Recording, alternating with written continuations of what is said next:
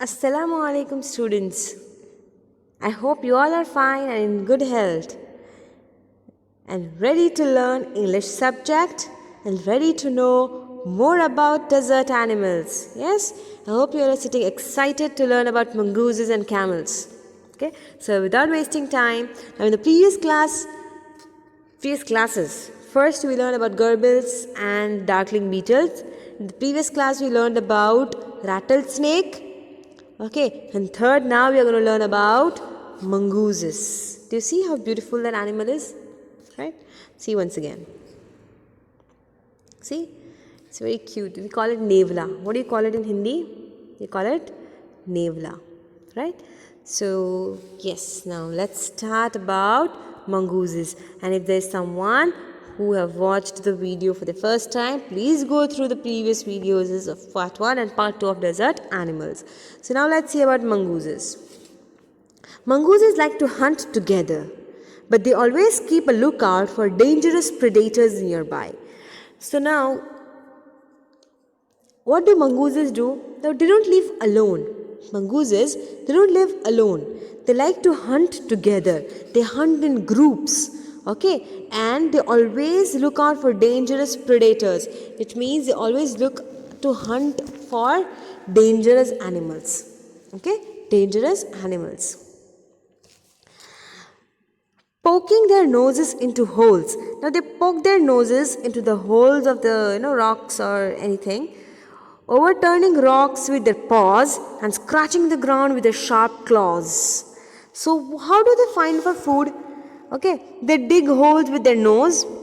See, they dig holes with their nose. If there are rocks, with this paws, they just overturn the rocks. Okay, and with the nails, you see how the nails are? See how the nails are? Sharp, right? They scratch the ground. They scratch the grounds. Banded mongooses are very amusing animals to watch. So yes, these banded means having strips. The mongooses which have strips like this. Okay, what is the meaning of banded? Stripped mongooses. Those who are having strips like this. Banded mongooses. Okay, so the mongooses, they are very amazing to watch. Now, how are they very amazing to watch? A common sight in many parts of Africa. Now, in Africa, you can find these mongooses. They travel in groups of about 20 to forage for beetles, millipedes, and other small creatures. So now they travel means every time it's not that only one mongoose go out. The mongooses, they always move out in groups.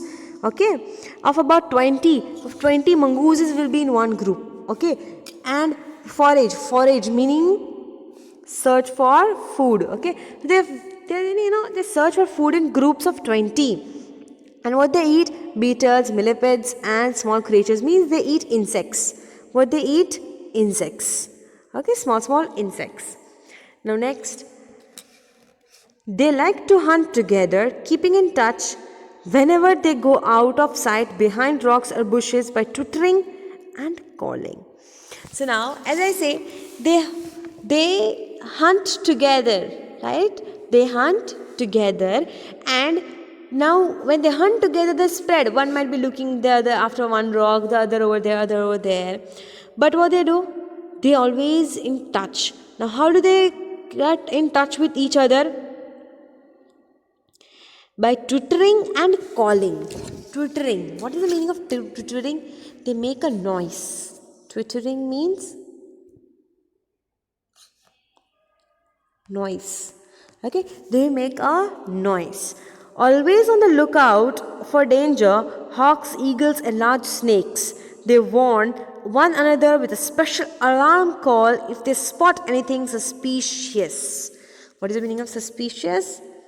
If they find anything dangerous. So now when they hunt together, they are in contact with each other by making a twittering sound, by calling, by making some noise. Okay, so if they see a hawks, if they see eagles, if they see snakes, Okay, if they find something suspicious means if they find something dangerous around them, yeah, there might be some hawk coming, there might be some eagle, there might be some snake coming. So they give an alarm clock like this by twittering sound. Isn't it interesting? Isn't it interesting? Yes, they make a sound like this and they give this alarm, make everyone alert. They make each other alert and then they fight in groups or they keep each other safe. Now, if you see even humans, if they go in groups and they spread, they give signals to each other by making some whistle sound or anything if they see something dangerous, right? Same way mongooses are. See what kind of brain these even animals are having, isn't it? Isn't it amazing that they take care of each other? If they find something dangerous, suspicious, they give an alarm, they give a twittering sound. They give twittering. Twittering means making some sound. That alarm, they give an alarm that yes, there's some dangerous thing, let's go out from here. Right? So they always go in a group together. Next. Mongooses are famous for being able to kill snakes without getting hurt themselves. Now you might have seen or heard of a very famous fight of animals of Nevla and Sap. They are the biggest enemy of each other, isn't it? Nevla or Sap, right? So mongooses, they are very famous for the fights with the snakes. Okay, and you see the snake. You see this mongoose, very small animal, na?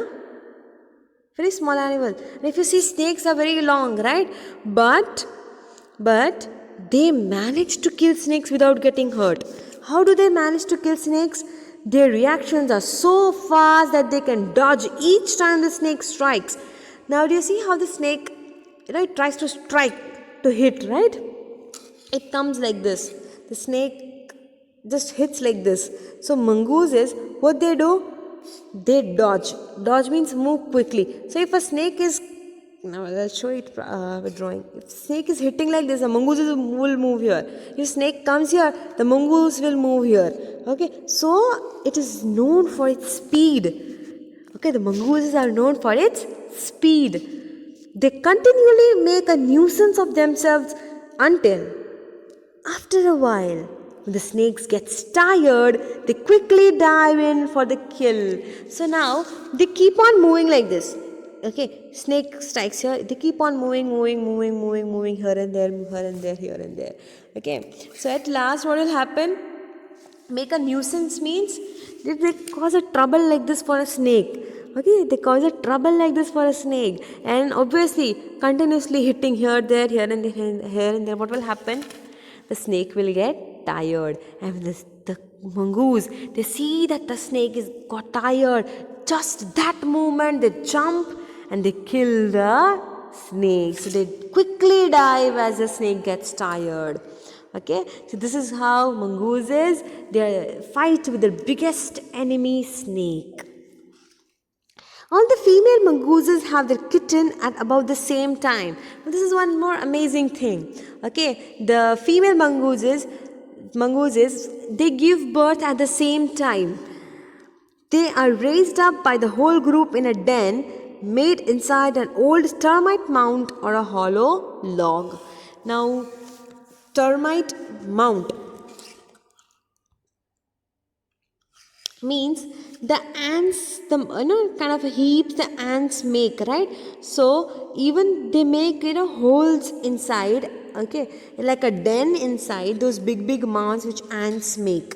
Okay, ants make this mound. Okay, so in that they live all together and they raise their kittens. Okay, or they live in a hollow log. Hollow means, if you see timber, they make holes inside. So the timber is fully open, but though it's covered from outside, but inside they make like a log.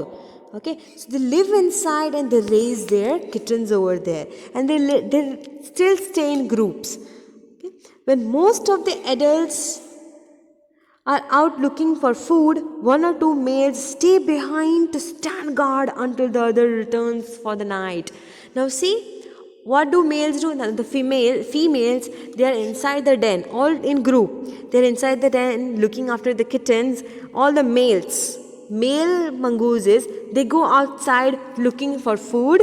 Okay, but what happens? Now the females are not they don't live alone. Okay, they're not left alone. Sorry, they're not left alone in the den or the log. There'll be two males who will stand outside, okay, and guard the female mongooses. You see, just like humans, right? Just like humans. What kind of a brain these animals are having to guard their families, to take care of their families, isn't it? So, the male mongooses, they go outside, but one or two will stay to guard the female mongooses and the kittens, okay, till the other males return by night with the food. Okay, so it's really kind of a very interesting fact about mongooses, isn't it?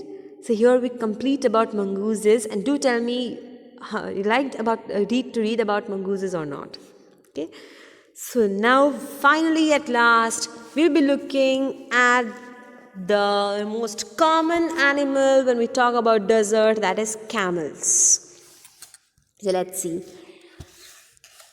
Another animal which lives in the desert is the camel. Camels were first domesticated by people many thousands of years ago. So now camels, okay, they live in the desert, we know. Now domesticated many thousand years ago. Domesticated means what are domestic animals that we can keep with us, right? So long 1,000 years ago, okay, we had camels, okay, living with people. They made it domesticated. The camels could live with people. Now, in the wild, camels usually live in small groups of to 30 animals. Now, if we call about wild camels, they live in group. Now, they also live in a group, about 30 camels together in a group. So, 30 camels in a group in the wild. Okay.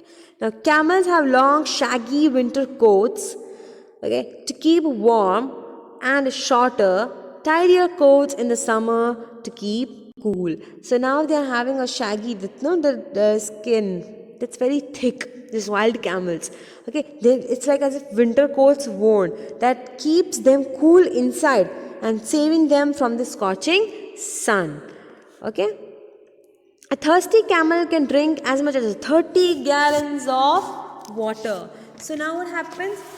If a camel is very thirsty, they can drink up to 30 gallons. Now what is gallons over here?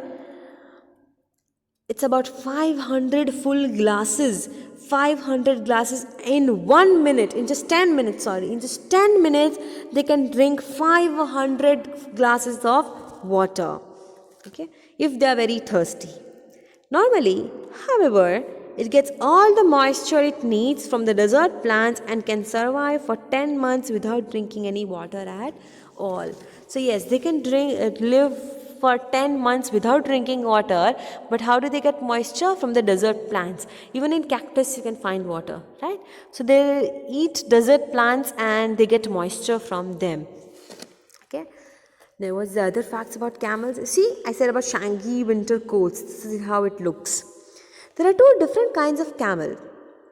Now there are two types of camel. You see there's a difference over here. 1 and 2. Do you see the difference? This is 1. Sorry. This is 1.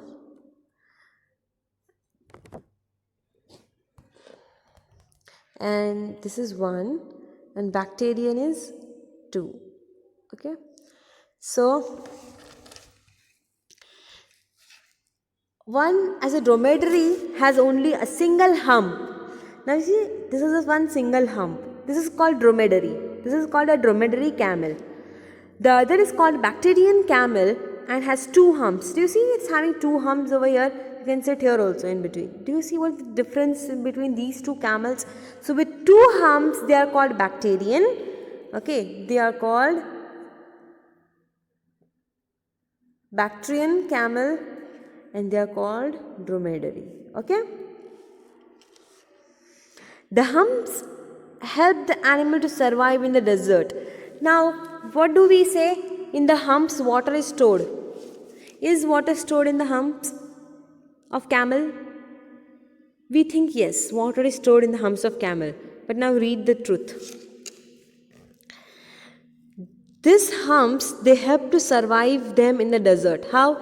By acting as a storage containers. So yes, they are the storage containers. What is a containers? No, we store things in containers, right? So they are like containers for them, and they help to survive them in the desert. But how? With water or what? But they don't store water, as many people wrongly believe. So what we believed till now, that there is water stored in the humps of camel. But that is wrong. What do they store in the humps? They are full of fat. They are full of fats. Okay, in the humps there is no water. It's only fat. It means we call it Hindi charbi, right? That is only stored in the humps. Now how do they help? This fat nourishes the camels when food is scarce. Okay, when food is very less. Okay, short supply. When there is a short supply of food. Short supply of food. At that time, what will happen? These humps, okay, they give energy. The fats, they take the form of energy and give it to the camel when they don't have food to eat. If they have nothing to eat for several days, their humps shrink as the fat is used up. So how much ever the fat is stored over here, till they don't get the food, they give energy, they give, and still for many days if they don't get food, when the full fat gets used up, their humps shrink. Shrink means kam ho jate hain aise. Okay, when fat it is like this, but when they don't have food for several days, they shrink. Okay, means they contract, वो सिकुड़ जाते हैं. Okay, then there are many other ways in which camels are adapted to desert life, and there are many other ways also that they cope up, they deal with desert life. Their mouths are so tough that even the sharp thorns cannot pierce through. Now the tongue, okay, the mouth of these camels, okay, they are very harsh, they are very tough. They chew thorns also. Okay, in many plants of desert there might be thorns. They chew the whole plant with the thorns, but nothing.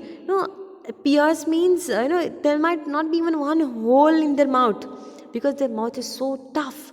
Okay, they can swallow all thorns also.